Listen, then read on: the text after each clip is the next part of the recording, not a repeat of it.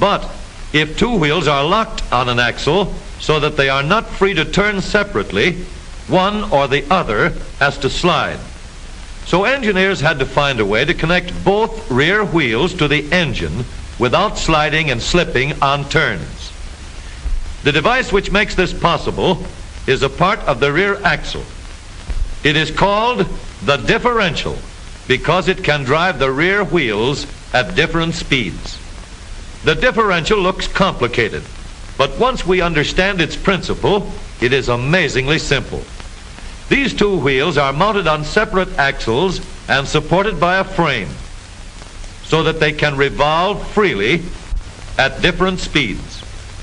Let's fasten a spoke on the inner end of each axle so that by turning the spokes, we can turn each wheel separately.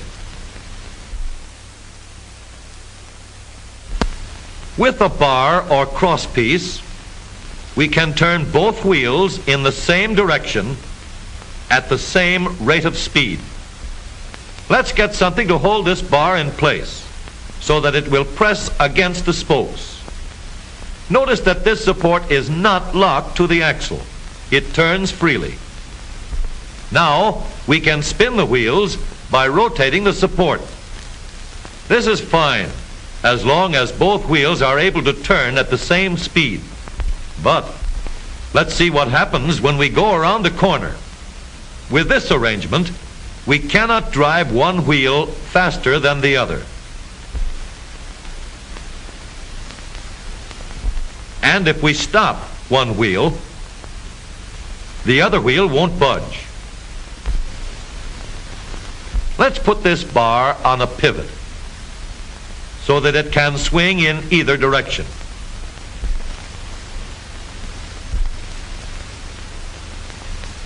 Now, the bar can still turn both wheels at the same speed.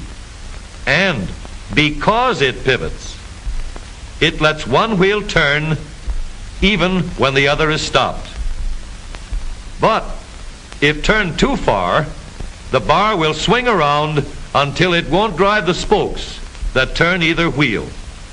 We need another crossbar and more spokes to carry on the job. When we stop one wheel, the crossbars will continue to push the spokes of the free wheel around. As long as both wheels are free to turn, the bars do not swing on their pivot and the wheels move at the same speed. Now we have the working principles of a differential. To adapt the model for use in an automobile, we will have to make a few changes.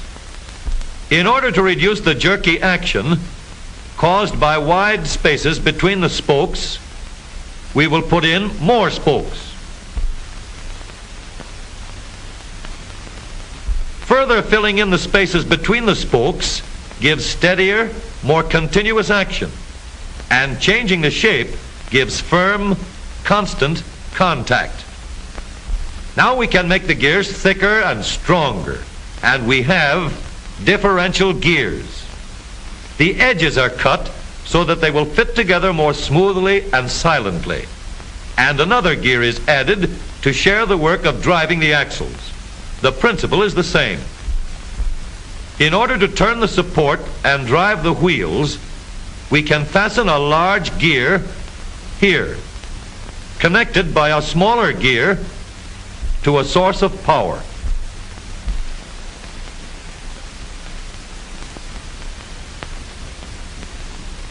Notice that the power is connected to the differential at the center line.